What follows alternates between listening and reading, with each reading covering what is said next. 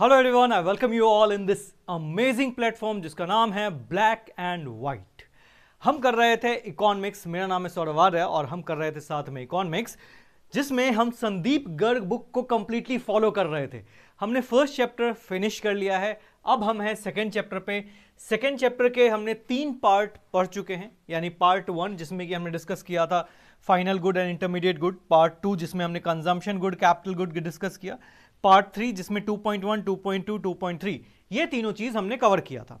आज हम इसको खत्म करने वाले हैं, आज हम इसको कवर करेंगे। और ये जो फॉर्मूले वाला पोर्शन है जो मैं बोलने वाला था, बहुत एक्साइटिंग होने वाला है। फॉर्मूले, इसका जस्ट जो नेक्स्ट चैप्टर है उसका सारा जितना पूरा चैप्टर ही बेस्ड आउट है सिर्फ और सिर्फ नेशनल इनकम के फॉर्मूले के बेसिस पे। फॉर्मूला मैं अपने तरीके से करवाऊंगा, ऑल्दो आपको मैं दिखाऊंगा कि बुक के सारे ही क्वेश्चन आपसे हो पाएंगे, बस तरीका मेरा होगा। 3 स्टोरी के बेसिस पे मैं 12 फॉर्मूले क्लियर करूंगा आपके। ठीक है, तो चलिए शुरू करते हैं, ज्यादा टाइम वेस्ट नहीं करते हैं, ध्यान से सुनेंगे, लिखेंगे, समझेंगे। ठीक है, चलो। तो हमारा था gross investment and net investment depreciation क्या होता है, इस पे हमें पढ़ना था। तो जैसा कि आप जानते हो कि मैं फॉलो तो बुक को करता हूं, लेकिन समझाता पहले मैं अपने तरीके से हूं। तो पहले मैं अपने तरीके से समझाता हूं आपको कि ग्रॉस और नेट इन्वेस्टमेंट क्या है, फिर हम बुक से उसको रीड करेंगे। चलो आ जाओ। सर 2 चीजें लिखा आपने, वेट, ग्रॉस और नेट दोनों ही इन्वेस्टमेंट है। Gross investment and net investment, clear है। सर ग्रॉस इन्वेस्टमेंट क्या है और नेट इन्वेस्टमेंट क्या है, इस बात को समझते हैं एक छोटे से एग्जाम्पल के साथ। मान लो आपका फोन खराब हो गया, ठीक है, आपका फोन खराब हो गया, आप पापा के पास गए कि पापा मुझे एक नया फोन खरीदना है, पैसे चाहिए। तो एक अच्छा खासा फोन 20,000 तक का आएगा। ठीक है, तो पापा ने बोला ये पकड़ो 20,000 रुपए, जाओ नया फोन ले लो। ठीक है, क्या हुआ था, आपका फोन खराब हो गया, आपने पापा को बोला पापा फोन खराब हो गया है, I need a new one. पापा ने क्या बोला, ये पकड़ो 20,000 रुपए, जाओ मार्केट से खरीद लो। ठीक है, अब जब आप मार्केट में फोन लेने गए तो हुआ क्या कि उस दुकान वाले ने पूछा कि भैया आपके पुराने फोन का क्या हुआ, भैया या दीदी, ठीक है, आपके पुराने फोन का क्या हुआ। तो आपने बोला कि अरे वो तो खराब हो गया। उसने बोला दिखाओ, आपने दिखाया तो उसने बोला कि अरे भैया तो 2,000 रुपये में ठीक हो जाएगा।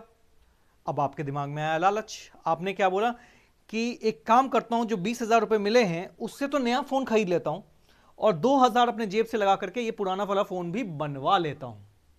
ठीक है, अब देखो, जब आपने ये सोचा, जब आप घर पे आए तो आपसे पापा ने पूछा कि बेटा कितना इन्वेस्ट करके आए, यानी कितना पैसा खर्च करके आए। तो ग्रॉस इन्वेस्टमेंट क्या होता है, ग्रॉस इन्वेस्टमेंट होता है ओल्ड प्लस न्यू। जो भी खर्चा ओल्ड में किया गया है प्लस न्यू में, वो ग्रॉस होता है। यानी आपने न्यू फोन को लेने में 20,000 रुपए लगाया, आपने 20,000 रुपए का नया फोन लिया था, जबकि आपने पुराने फोन को रिपेयर करवा लिया 2,000 रुपए में। यानी सर आपका ग्रॉस इन्वेस्टमेंट कितना हुआ, सर ग्रॉस इन्वेस्टमेंट आपका हो गया 22,000 रुपए। ये आपका ग्रॉस इन्वेस्टमेंट है। ठीक है, अब बात करते हैं नेट इन्वेस्टमेंट की। नेट इन्वेस्टमेंट हमेशा न्यू आइटम पे होता है, हमेशा न्यू आइटम पे होता है। यानी अगर आपसे पूछा जाए बेटा नेट इन्वेस्टमेंट कितना था, तो आप क्या बोलोगे, सर नेट इन्वेस्टमेंट हमेशा न्यू पे होता है। तो हमने 20,000 रुपए का फोन खरीदा है, तो नेट इन्वेस्टमेंट कितना है, नेट इन्वेस्टमेंट है 20,000 रुपए। समझ में आ रहा है, ग्रॉस में ओल्ड प्लस न्यू होता है, जबकि नेट में सिर्फ न्यू की प्राइस होती है। ठीक है, एक और एग्जांपल लेते हैं। मान लीजिए आपके पापा ने, लेट्स सपोज आपके पापा ने 1 साल के अंदर 1 करोड़ का फ्लैट खरीदा। ठीक है, 1 करोड़ का फ्लैट खरीदा, नया फ्लैट, 2 नए फ्लैट खरीदे, 50-50 लाख के 2 नए फ्लैट खरीदे। ठीक है, तो आपने पूछा पापा से, पापा आपका नेट इन्वेस्टमेंट कितना था इस साल का। तो पापा ने बोला 1 CR का था बेटा, मैंने 50-50 लाख के 2 नए फ्लैट खरीदे हैं, तो नेट इन्वेस्टमेंट कितना है, 50-50 प्लस कितना हो गया 1 CR। ठीक है, लेकिन उस साल में उनका जो पुराना प्रॉपर्टी था, पापा के पास जो पुरानी प्रॉपर्टी थी, उसमें कुछ रिपेयर और रेनोवेशन का काम चल रहा था, 20 लाख रुपए उसमें ही खर्चा हो गया। ठीक है, 20 लाख रुपए उसमें भी खर्चा हो गया। अब आपसे पूछा जाएगा बेटा ग्रॉस इन्वेस्टमेंट कितना है, तो आप क्या बोलोगे ग्रॉस इन्वेस्टमेंट कितना है? सर वहां पे 1 CR नेट इन्वेस्टमेंट था क्योंकि ये न्यू आइटम पे था, ठीक है। ग्रॉस क्या होता है? ग्रॉस जो कि ओल्ड प्लस न्यू, यानी 1 CR का तो आपने नया फ्लैट लिया प्लस 20 लाख आपने लगा दिया उसको रिपेयर रिनोवेशन में, तो 1,20,00,000 का आपका हो गया 1.20 CR। ठीक है, समझ में आ रहा है? बहुत प्यार से, कोई मुश्किल नहीं है। अगर आपसे कोई पूछे ग्रॉस इन्वेस्टमेंट का डेफिनेशन क्या होगा सर, तो gross investment is the investment, basically ये क्या है? इन्वेस्टमेंट है, ये बात भूलना नहीं, ठीक है। Gross investment is the investment in new as well as replacement, repair या डेप्रिसिएशन ऑफ ओल्ड आइटम। ठीक है, क्या बोला मैंने? अभी हम बुक से ही पढ़ेंगे। मैंने बोला ग्रॉस इन्वेस्टमेंट क्या है सर? ग्रॉस इन्वेस्टमेंट है the investment of a firm और person in a new item, replacement of old item, repair of old item या फिर डेप्रिसिएशन। ठीक है, ये सारा मिला के क्या बनता है? ग्रॉस। जबकि नेट क्या होता है? Net investment are those investment which is done on the new item only, specially no old item और डेप्रिसिएशन विल बी इंक्लूडेड। क्या है? सिर्फ और सिर्फ न्यू आइटम पे। क्लियर है ये बात? क्लियर है? अच्छा चलो, इसी को ना अगर मैं फॉर्मूले के बेसिस पे देखूं तो वहां जैसे अगर आप आगे करोगे तो आपको समझ में आएगा। देखो क्या होता है ना, ग्रॉस और नेट। ग्रॉस में क्या होता है ना, जो हम बोलते हैं न्यू प्लस ओल्ड, यही बोलते हैं। तो ये जो ओल्ड है ना, ये ओल्ड बेसिकली डेप्रिसिएशन है। ज्यादातर फॉर्म में देखो रिपेयर भी होता है, बट नेशनल इनकम के केस में डेप्रिसिएशन के नाम से दिखाएगा। जो पुरानी मशीनरी है, जो पुराना घर है, उसकी वैल्यू गिर रही है साल भर साल, इसी के लिए हम उसको रिपेयर रेनोवेट करते हैं। तो बेसिकली अगर हम अकाउंटिंग टर्म में इसको बात करें तो उसको डेप्रिसिएशन कहा जाता है। तो जो ओल्ड है ना, इसी को डेप्रिसिएशन के वे में लिखते हैं। तो ग्रॉस से नेट, और नेट क्या है? सिर्फ और सिर्फ न्यू है। तो अगर आपको ग्रॉस से नेट पे जाना है, ध्यान से देखना, अगर मुझे ग्रॉस गिवन है, नेट पे जाना है, तो माइनस डेप्रिसिएशन करना पड़ेगा। ग्रॉस से नेट तो क्या है? मुझे ग्रॉस से नेट पे जाना है, तो इसमें से इसको हटाएंगे तभी तो होगा। ठीक है, और नेट से ग्रॉस आना है, नेट से ग्रॉस आना है, तो देखो क्या करना पड़ेगा? Plus depreciation. ठीक है, प्लस डेप्रिसिएशन। ऑल्दो मैं इसको इस तरह से समझाता हूं, देखो मैं इस तरह से समझाता हूं, ग्रॉस से नेट। ग्रॉस क्या है? ग्रॉस मींस गंदा, ग्रोस। ठीक है, ग्रोस बोलते हैं ना, किसी चीज गंदा लगता है तो क्या बोलते हैं? ग्रोस। तो बेसिकली ग्रॉस मींस गंदा, नेट मींस साफ। गंदे से साफ पे जाएंगे तो कचरा निकालना पड़ेगा ना सर, ऑब्वियसली है ना, कुछ ना कुछ माइनस करना पड़ेगा। देखो सारा खेल नेशनल इनकम में प्लस माइनस का है। बच्चों का सबसे ज्यादा गलत ही उसी में होता है। अगर मैं पेपर चेकिंग कर रहा हूं तो मुझे सबसे ज्यादा मिस्टेक इसी में मिलता है कि प्लस का माइनस कर दिया, माइनस का प्लस कर दिया। तो ये जो प्लस माइनस है ना, इसको स्टोरी के थ्रू याद करो। ठीक है, ग्रोस मींस गंदा, गंदे से साफ पे जाएंगे, ग्रॉस से नेट। साफ पे जाएंगे तो कुछ ना कुछ निकालना पड़ेगा, तो माइनस डेप्रिसिएशन। साफ से गंदे पे जाएंगे, मम्मी बोलेगी रूम गंदा कर दो, अगर मम्मी बोल रही है साफ है गंदा कर दो, तो क्या करोगे? गंदगी उठाओगे, रूम में डाल दोगे। ठीक है, तो कुछ ना कुछ ऐड करना पड़ेगा, तो प्लस डेप्रिसिएशन। आप ऐसे भी याद रख सकते हैं। ठीक है, आइए अब उसको बुक से रीड करते हैं। हमारा बुक ये रहा।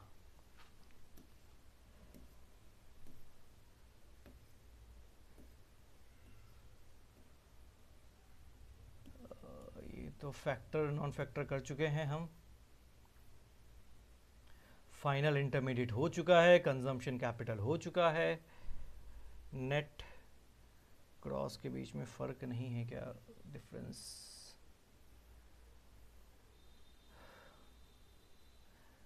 चलो, शायद इसका डिफरेंशिएशन देना तो चाहिए था। Capital loss, NIT, net indirect tax. चलो यहीं से देख लेते हैं, आ जाओ रीड करते हैं। हाँ जी, आ जाओ। क्या है sir? Gross investment. Gross investment क्या बताया था? Old plus new. ठीक है, gross investment is addition to the stock of capital before making of depreciation, before making depreciation। मतलब बेसिक यही है कि इसमें depreciation ऐड होता है। देखो नेट से ग्रॉस पे जाना है, ठीक है, बेसिकली ग्रॉस से नेट पे आ रहे हैं, तो ग्रॉस में से डेप्रिसिएशन ऐड कर देंगे। ग्रॉस में क्या था sir, old plus new. Gross में क्या था, ओल्ड प्लस न्यू। नेट में क्या होता है, सिर्फ न्यू। तो अगर हम ग्रॉस से नेट निकालना चाहते हैं तो हमें न्यू यानी कि ओल्ड यानी कि डेप्रिसिएशन को माइनस करना पड़ेगा। सिंपल है। इसमें डिफरेंशिएशन देना चाहिए था, ऑल्दो नहीं दिया है, बट ऐसा नहीं है कि हम नहीं पढ़ेंगे। देखता हूं मैं, कहीं ना कहीं कुछ ना कुछ अच्छा एक्सप्लेनेशन तो होना चाहिए। देखो यहां से भी देख सकते हो आप, देखो नेट से ग्रॉस जाना है। ग्रॉस क्या है सर, ग्रॉस है ओल्ड प्लस न्यू। मैं ओल्ड को बार बार ओल्ड लिख रहा हूं, आप चाहो तो डेप्रिसिएशन लिख सकते हो। नेट क्या है, सिर्फ और सिर्फ न्यू। तो नेट से ग्रॉस पे जाएंगे तो डेप्रिसिएशन को ऐड करना पड़ेगा, ग्रॉस से नेट पे आएंगे तो डेप्रिसिएशन को सबट्रैक्ट करना पड़ेगा। पास, इतनी सी बात है। देखो डेप्रिसिएशन का मतलब क्या होता है, देख लो, depreciation refer to the fall in value of fix asset due to normal wear and tear, passage of time, expected obsolescence. Sir ये क्या है expected obsolescence, passage of time, आ जाओ ये भी समझा देता हूं, ठीक है। बट आपको आई थिंक ग्रॉस और नेट का कंसेप्ट समझ में आ गया होगा। इसमें बहुत अच्छे से एक्सप्लेनेशन नहीं दिया है, तो आई रिक्वेस्ट यू कि आप अपनी कॉपी में जरूर लिखें कि gross investment are those investment, या चलो मैं कुछ थोड़ा लिख ही देता हूं आपके लिए ना, वरना आप लोग ज़्यादा मेहनत तो करते नहीं हो। कहाँ गया हमारा ये, ठीक है, आ जाओ लिख लेते हैं। कुछ भी चीज़ चाहिए आपको नोट्स में तो आप स्क्रीनशॉट ले सकते हो। तो हम सीधे सीधे लिख सकते हैं, gross investment are those investment which is done on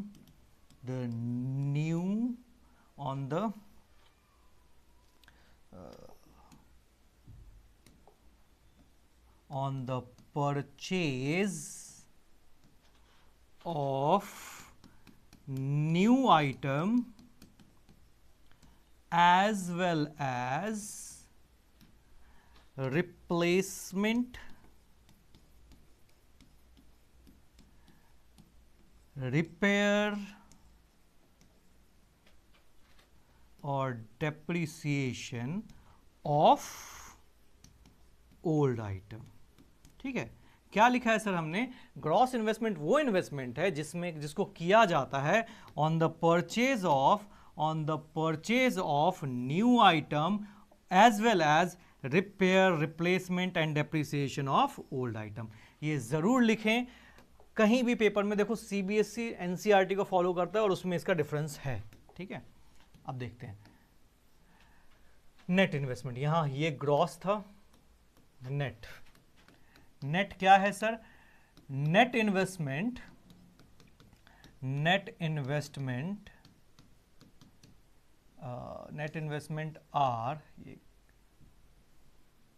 are those investment which is done only on purchase, okay, purchase of new item, purchase of new item, more specifically लिख लो, specifically no old item included, कोई भी पुराना item include नहीं होगा। Sir gross क्या होता है, अगर आप देखोगे ग्रॉस में, अच्छा दूसरा पॉइंट चलो लिख ही देता हूं, ये था फर्स्ट पॉइंट, ठीक है, ये था फर्स्ट पॉइंट। सेकेंड पॉइंट में डेप्रिसिएशन, शॉर्ट में लिख रहा हूं, डेप्रिसिएशन इज इंक्लूडेड। इसमें डेप्रिसिएशन इज नॉट इंक्लूडेड। ठीक है, डेप्रिसिएशन इज नॉट इंक्लूडेड। ठीक है, अब और क्या लिख सकते हैं सर इसमें हम, और इसमें एक छोटा सा चीज, अगर आपके वैसे तो 2 मार्क्स में आता है तो इतना काफी है, वैसे आप चाहो तो नीचे में एक ऐसे करके आप लिख के आ सकते हो, क्या, net investment is equal to gross investment minus depreciation. बस हो गया। इतना अगर आपने लिख दिया तो कोई आपके मार्क्स नहीं काट सकता है। ठीक है, चलो होपफुली ये सारा चीज आपको क्लियर होगा, समझ में आया होगा कैसे ये वर्क कर रहा है, ग्रॉस और नेट का कंसेप्ट भी समझ में आया होगा। आप चाहो तो मोबाइल फोन का एग्जांपल लेके भी लिख सकते हो, अदरवाइज ठीक है। ठीक है, चलो ग्रॉस और नेट हो गया, तो एक बारी डेप्रिसिएशन को थोड़ा सा समझ लेते हैं। ठीक है, ऑल्दो डेप्रिसिएशन ज्यादातर नहीं आता है आपके पेपर में, बट फिर भी समझ लेते हैं। ठीक है,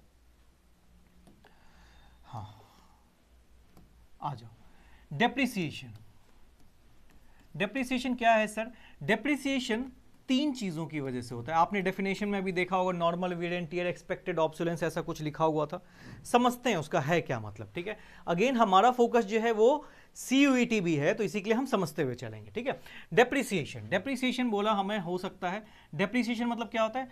fall in value of assets, fall in value of assets. ठीक है, डेप्रिसिएशन का सिंपल मतलब है fall in value of fixed assets, इनकी वैल्यू गिरना। अब वैल्यू किन किन वजह से गिर सकता है ये देखते हैं। Normal wear and tier, normal wear and tier. दूसरा है दूसरा ये लिखो पहले, एक्सीडेंटल डैमेज। तीसरा है एक्सपेक्टेड ऑब्स्यूलेंस। ये आपके बुक में लिखा हुआ भी होगा, तीनों बात लिखी हुई है। ठीक है, अभी हम देखेंगे भी। ठीक है, समझते हैं sir normal wear and tier का मतलब क्या है। Normal wear and tier, normal wear and tier का मतलब क्या है? जो चीज जिस चीज के लिए बना है, अगर आप उसको वैसे भी इस्तेमाल करोगे तब भी वैल्यू गिरेगा। ठीक है, मतलब लेट्स सपोज कार चलाने को बनी है। ठीक है, मैं कार बहुत अच्छे से चलाता हूं, कहीं कोई स्क्रैच नहीं है, कभी कुछ नहीं हुआ, लेकिन क्योंकि मैं कार चला रहा हूं तो उसकी वैल्यू गिर रही है ना। कार चलाने के लिए बना है, मैं चला ही रहा हूं, उस पर एक भी डेंट नहीं आया है, एक भी स्क्रैच नहीं आया है, बट स्टिल उसकी वैल्यू गिरेगी। तो वही बोलते हैं नॉर्मल वियर एंड टियर। जो चीज जिस चीज के लिए बनी है, अगर आप उसको वैसे भी इस्तेमाल करोगे तब भी वैल्यू गिरेगी। यानी नॉर्मल वियर एंड टियर क्या है? Fall in value of assets, fall in value of fixed asset even though it is used as normal wear and tear। जैसे इस्तेमाल करोगे, जिस तरह से वो बना है वैसे भी इस्तेमाल करोगे तब भी वैल्यू गिरेगी। सिंपल है ना। यानी क्या है? डेप्रिसिएशन मतलब होता है fall in value of fixed asset. क्यों क्यों गिर सकता है? 3 रीजन हो सकते हैं। पहला नॉर्मल वियर एंड टियर, यानी जो चीज जिस चीज के लिए बना है, अगर आप उसको वैसे भी इस्तेमाल करोगे तब भी गिरेगी। ठीक है, जैसे आप मान लो ना, आप फोन यूज कर रहे हो। ठीक है, आप फोन कॉलिंग के लिए बना है, आप फोन कॉल ही कर रहे हो, लेकिन फिर भी उसकी हर साल, अभी आप उसको बेचने जाओगे 1 साल बाद, तो वैल्यू गिर जाएगी ना, गिर जाएगी ना। ठीक है, तो क्या बोलते हैं? Normal wear and tier. दूसरा है एक्सीडेंटल डैमेज। एक्सीडेंटल डैमेज क्या है? कि सर अगर किसी वजह से एक्सीडेंट, जैसे आपका फोन है, उसका स्क्रीन टूट गया है या कोने में हल्का सा डेंट आ गया, अब आप उसको बेचने जाओ, देखो क्या होगा। क्या बोलेंगे कि नहीं सर इसका नॉर्मल वैल्यू तो इतना होना चाहिए, लेकिन आपका स्क्रीन में हल्का डेंट है तो उसकी वजह से उसकी वैल्यू और गिर जाती है। यानी decrease in value of fixed asset due to any accident. ठीक है, एक्सीडेंट की वजह से जो भी वैल्यू गिरती है उसको बोलते हैं एक्सीडेंटल डैमेज। तीसरा है एक्सपेक्टेड ऑब्सोलेंस। एक्सपेक्टेड ऑब्सोलेंस क्या होता है सर? समझना, एक्सपेक्टेड ऑब्सोलेंस क्या होता है? जब जैसे आपको याद होगा, मैं आपको एक छोटी सी स्टोरी सुनाता हूं। हुआ क्या कि मैं जब 2008-9 की बात है। ठीक है, 2008-9 में सबसे पहली बार LED लॉन्च हुआ, LCD। ठीक है, LCD, अब तो LED आ गया, LCD लॉन्च हुआ था। 2008-9 की बात है, LCD लॉन्च हुआ। मैं बहुत खुश हो गया कि यार पहली बार कोई पतला सा टीवी आया है। पहले डब्बे जैसे टीवी होते थे, मैंने देखा बहुत पतला सा टीवी आया, मजा आ जाएगा उसमें देखने में। तो मैं एलसीडी खरीदने चला गया, ठीक है। अब जब मैं एलसीडी खरीदने गया कि नहीं मुझे तो पतला टीवी चाहिए, तो उस समय पे 90,000 का 32 इंच दिया, 32 इंच, समझ रहे हो, 32 इंच। आजकल किसी भी घर में नॉर्मल होता है 32 इंच। 32 इंच का टीवी लेके आया मैं, 92 या 93,000 रुपीज का था 2009 या 10 में, ठीक है। एलसीडी या एलसीडी, ठीक है। पहले एलसीडी आया था, फिर अब जो है वो एलईडी है। तो मैंने एलसीडी खरीदा था 90,000 रुपए का, ठीक है। समझना एक्सपेक्टेड ऑब्सोलेंस को, 90,000 रुपए का खरीदा, ठीक है। मुश्किल से 10 महीने बाद एलसीडी से एलईडी लॉन्च हो गया। मैं बोला यार इससे भी पतला टीवी आ गया। मैं तो बहुत खुश था कि एलसीडी है मेरे घर में, मजा आ रहा है टीवी देखने में, मस्त मारियो गेम चल रहा है मेरा। बट क्या हुआ, अचानक से एलईडी लॉन्च हुआ, और एलईडी जैसे ही लॉन्च हुआ मेरे दिमाग में आया इससे भी पतला टीवी, चलो ये खरीदेंगे। अब जैसे ही मैं उसको खरीदने गया, मैंने उसको पूछा ठीक है भाई दे दो एलईडी, बट मेरा एलसीडी जो अभी मैंने लिया था 1 साल पहले उसको रिटर्न ले लो। तो उसने बोला ठीक है ले लेंगे। तो मैंने कितना वैल्यू लगाओगे, बोला 20,000 रुपये। मैंने यार एक बात बता, मैंने 90,000 में खरीदा है, ये 20,000 कैसे हो गया, 20,000 कैसे हो गया। सोचो मैंने 90,000 का लिया था, 11 महीने में, 10 से 11 महीने के बीच में था, 90,000 का आइटम 20,000 का बोल रहा है, 20,000 का लूंगा। वो भी बोल रहा है कि मैं बहुत मैक्सिमम प्राइस पे ले रहा हूं आपसे, इससे कम में जा रहा है। मैं क्यों भाई, इतना वैल्यू कैसे गिर गया मेरे टीवी का। तो उसने बोला सर देखो आपकी टीवी का वैल्यू गिरा है बिकॉज एलईडी आ गया, चेंज इन डिमांड और technology, change in demand and technology. जब भी टेक्नोलॉजी और डिमांड बदलता है तो वैल्यू एसेट की गिरती है, ठीक है। ये जो मेरा यहाँ पे लॉस हुआ 90,000 से सीधे 20,000 पे आ गया मैं, ये क्यों हुआ बेटा, ये जो मेरे एसेट की वैल्यू गिरी, क्यों गिरी, due to change in demand और टेक्नोलॉजी। मेरा डिमांड और टेक्नोलॉजी बदल गया, खत्म, ठीक है। आप देखो ना कोई भी चीज़ है वैल्यूएबल तभी तक है जब तक वो डिमांड में है। एक बार डिमांड और टेक्नोलॉजी बदल गया तो फिर बदल गया, नहीं हो सकता कुछ भी। जैसे आपने देखा होगा वो एक रील वाला कैमरा आता था जिसमें हम फिल्म होती थी, फिल्म को हम कन्वर्ट करवाते थे। जैसे ही डिमांड चेंज हुई, जैसे ही टेक्नोलॉजी बदला कि हमारे पास DSLR आ गया, ठीक है, वो खिचक वाला कैमरा से DSLR आ गया, तो उसकी सडनली वैल्यू गिर गई, उसकी वैल्यू गिर गई। अब जिसने 2-2, 3-3 हज़ार में खरीदा उसकी वैल्यू गिर गई, क्यों, due to change in demand और टेक्नोलॉजी। तो यही बोलता है डेप्रिसिएशन वो भी है जब किसी भी एसेट का वैल्यू डिमांड और टेक्नोलॉजी की वजह से गिर जाता है तो उसको बोलते हैं एक्सपेक्टेड ऑब्सोलेंस, ठीक है। क्लियर है ये बात, समझ में आ रहा है। चलो इन सारी बात को हम यहां से रीड भी कर लेते हैं, अब आपको समझ में आएगा। देखो डेप्रिसिएशन क्या है sir, depreciation refer to the fall in the value of fix asset. Depreciation refer to fall in value of fix asset due to normal wear and tear, normal wear tear, passage of time और expected obsolescence. एक्सपेक्टेड change in technology इन टेक्नोलॉजी या demand, ठीक है। और इसमें accidental नहीं दिया, आप एक्सीडेंटल भी ऐड कर सकते हैं, ठीक है। तो डेप्रिसिएशन क्या है, अगर आपसे किसी भी पेपर में या फिर एंट्रेंस में पूछता है डेप्रिसिएशन कितने तरीकों से हो सकता है, सर 3 तरीकों से हो सकता है, normal wear and tear, accidental damage और एक्सपेक्टेड ऑब्सोलेंस, ठीक है। चलो अब यहां तक अगर आपको बात समझ में आती है तो इसके आगे का जो भी कहानी है, ठीक है। अच्छा यहां समझाया भी है, देखो नॉर्मल वियर एंड टीयर, ठीक है, पैसेज ऑफ टाइम, जो जैसे बना है वैसे यूज करोगे तब भी जाएगा। Expected obsolescence, value of fix asset also decrease due to expected obsolescence, loss in value of change in technology, change in demand, किसी भी वस्तु का, जैसे फिजिट स्पिनर, आपको याद होगा कुछ टाइम पहले था फिजिट स्पिनर घुमाते थे, उसमें एक प्रोपेगेंडा आया था कि इससे कॉन्सेंट्रेशन बढ़ता है तो लोग घुमा रहे हैं फिजिट स्पिनर।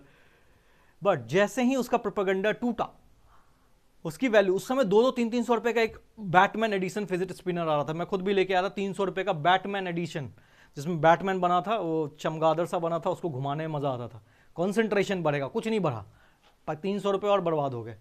तो क्या हुआ कि एक्सपेक्टेड ऑब्सोलेंस क्या होता है, जहां पे डिमांड जैसे ही चेंज हुआ, आज वो बैटमैन एडिशन 30-30 रुपए का मिल जाएगा, वो भी कोई दुकान वाला रखता है, कोई रखता भी नहीं है, क्यों, क्योंकि डिमांड और टेक्नोलॉजी बदल गया, ठीक है।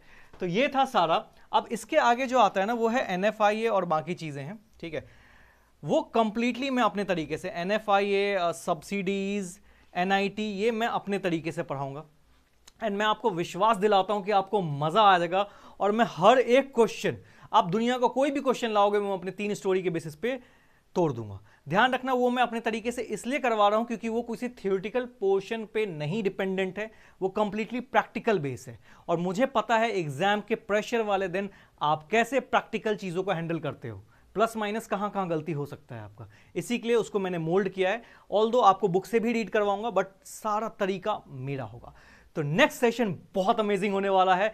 3rd चैप्टर स्टार्ट करेंगे, इसका जो थोड़ा सा रह गया है NIT और ये भी उसी में कवर करूंगा मैं, ठीक है, और डिटेल में समझेंगे, मजा आएगा। मिलते हैं नेक्स्ट क्लास में। Till the time, bye bye, take care.